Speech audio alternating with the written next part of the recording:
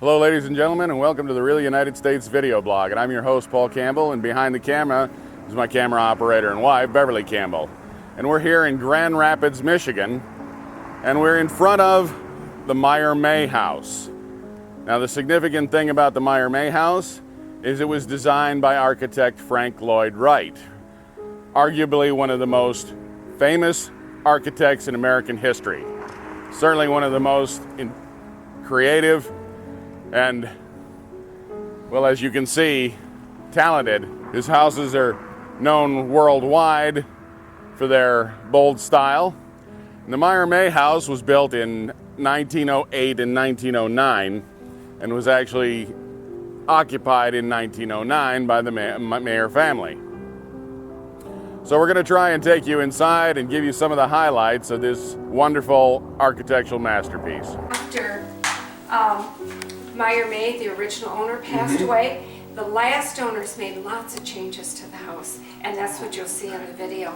And they took the veranda, made it, enclosed it, and made it his office. He took the yard out so his clients could park there. And you can see Mr. Wright saying, "That's not how I designed it." Oh, and I understand Steelcase, the corporation, came in then and said, "Hey, blank check here, go ahead and restore it to its original glory." Exactly. This is truly the finest restoration to date.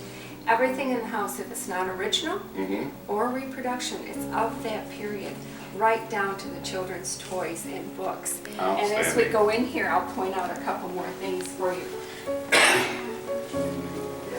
Based on his father's foundation for the Imperial Hotel in Tokyo, because they have so many earthquakes instead of a solid foundation, he designed the foundation so it would move with an earthquake. And it would be interlocking so it wouldn't slip apart. Right. So from that concept, his son, John, created the Lincoln Logs from Mattel. Unbelievable. Wow. This home right here was here 3 years before this one. Built 3 years. Steelcase purchased the home, started renovating it, opened it up for tours, and thought, well, maybe 1 or 2 people a year could come here and see this. Well, it was like overwhelmed them. So they had to do something. So they purchased this home and turned it into which made a lot of sense because they could do more things and take some of the the load off the home. Well, that's the reason. There's some really cool apartments upstairs that they rent, which is kind of good because it gets people close, just around. Here's what we're going to do. We're going to walk around the house because from the outside, you're going to be able to see everything that's inside. You really wouldn't even have to go inside if you didn't want to. Well, we will.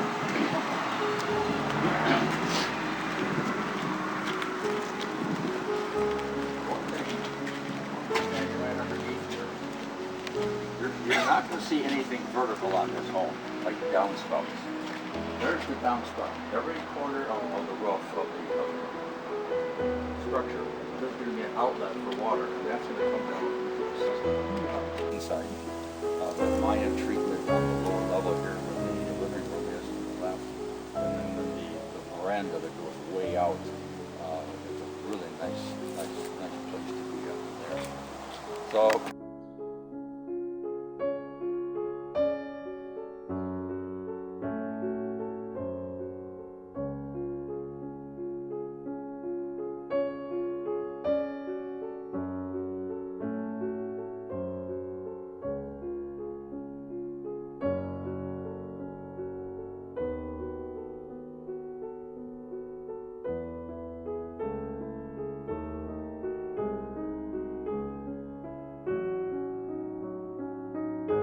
Cave starts to go like this a little bit. When you get inside, it goes like the actual track. Really, really cool. Let's go inside.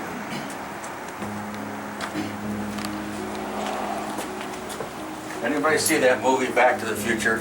Michael J. Fox, yeah.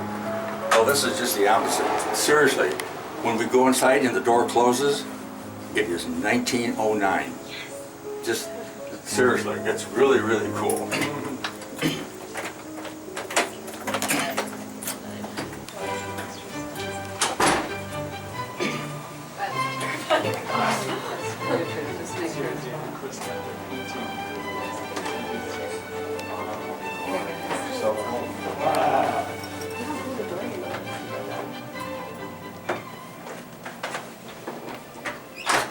'09 right now, officially.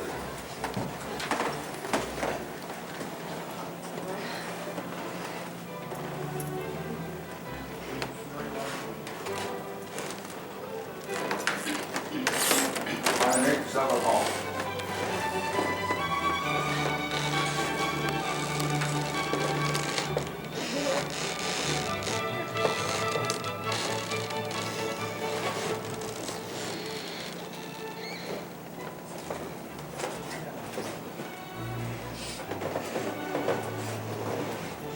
If this were January, February, maybe early part of March in Michigan winters, the significance of where the sun is versus this room is a big deal. It's starting right now. It's dropping far enough that it's going to come in, pick up the pattern of the arc glass, and it actually projects it on the ceiling, and it runs it within about 2 feet of the corner. It is really, really brilliant. And then what it does also, it comes across the room, and this fireplace, the brick is kind of nondescript, to be honest with you. But what Wright has done, they take pieces of glass about a ½ inch wide, about 5 inches long. They sprinkle different metallic compounds on it and put it into a furnace about 2,000 degrees. All the colors come out into the glass. Then the brick masons take the glass and literally put it right in the mortar joint. So this is permanent. When the sun hits this, it's like you had a match and lit it. It just makes it glow. The lighting, it's all lit exactly the way that it was 104 years ago. A lot of homes had gas lights and electric. Mr. May did want nothing to do with gas. It's dirty, it's dangerous, you have to maintain it. You want the latest and the greatest. So it had electric lights. The home was 100% totally electrically illuminated, exactly the way you're seeing it now, including this indirect lighting around here.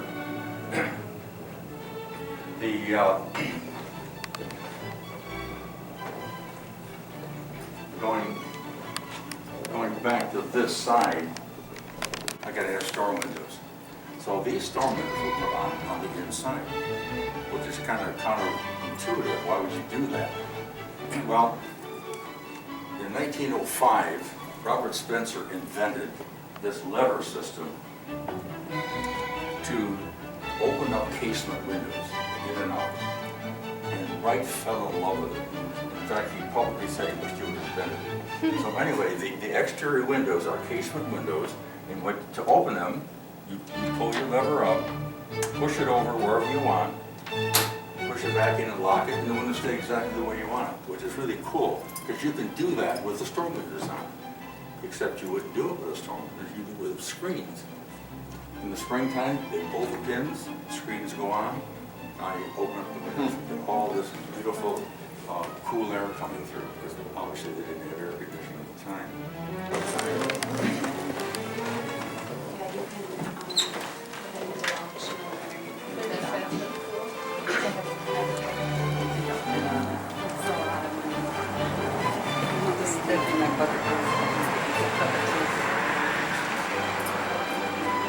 Well, no, that does seem short. So it's fine. Even a high school basketball player would have, let alone an NBA or college. Yeah. Yeah, you'd be okay everywhere else, but here it's low. When you picture yourself, one nice thing about this veranda, you can be out in a driving rainstorm, and it's dry, without long warning, and you can see the downspouts really close here, and there's a cistern below it. But just picture yourself 100 years ago, sitting out here with your lemonade. It's quiet. The only thing you might hear is a horse and buggy on the brick. Automobile, once in a great while, but not really. But it's a nice place to be in the summertime. And you always get a breeze. Yes. Here's that red tile again. We're going to see it in the see this color actually upstairs on the wall and outside in the driveway, plus the anchor mahogany. Extremely talented gal, architect, designer, whole 9 yards. Very, very talented. And when Wright left, they had this commission sitting there, and they had to do something with it. So she did that home up there.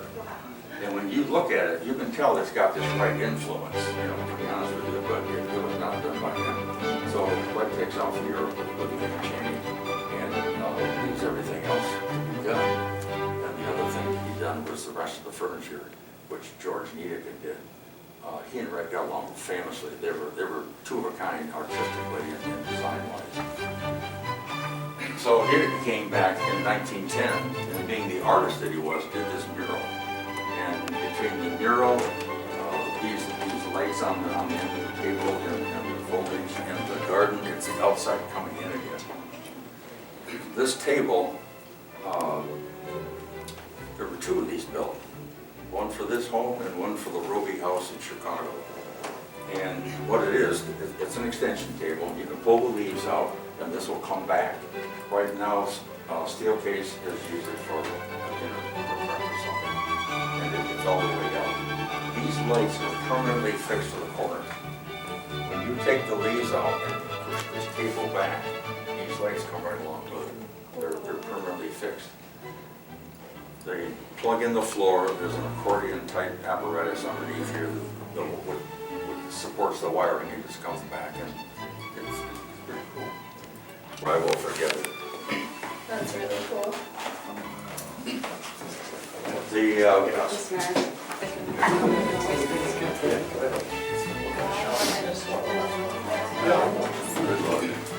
This thing has got everything, including a shower.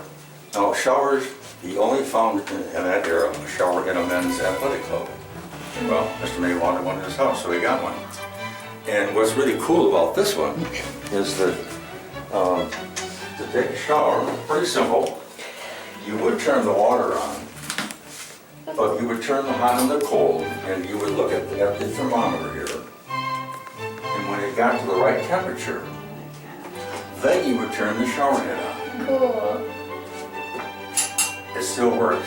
No computers, no electricity, no digital readouts. If you can read the thermometer, you can have 104-degree temperature water all the time. Wow. Still works. This skylight is strictly from Mother Nature, from the sun. There's no light bulbs in the back of it. There is, a protective bubble over it, but the ones downstairs had lights in it. And then there's more storage in back of this door. But it had everything that we have today, 104 years ago. What about the I'm glad to see that. Okay, it's springtime. It's April, May, whatever. We pull the pins, we take the storm windows off, on go the screens. You crank the windows open, cool air comes in. These are trap doors. You would just push that open, it would open up on a hinge, and there's probably a dozen or more upstairs. You would open all these up. The cool air comes in, warm air rises, and gets pushed out through the roof system. There's no attic and there's no basement. We're going to go out the front door. That door different way.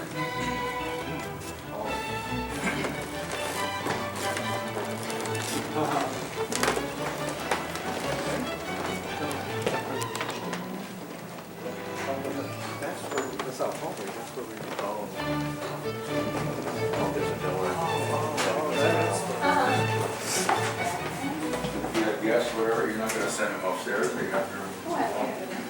You got your phone here. I'm going to see what we have. And if anybody had to come into the house to service this portion of it, you don't have to go through the main body. You come through here.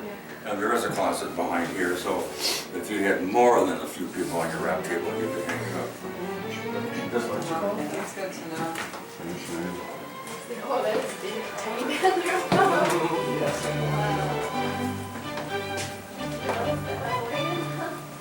Well, just check the window.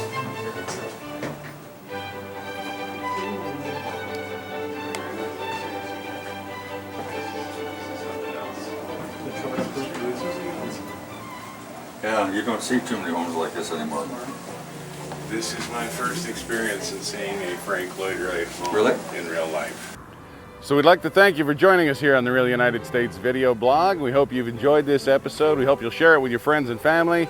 If you haven't already subscribed, we hope you'll pick subscribe and join us above. If you have questions or comments, please leave them in the comments section below. We'd be happy to get back to you just as soon as we can. And as always, thank you for watching.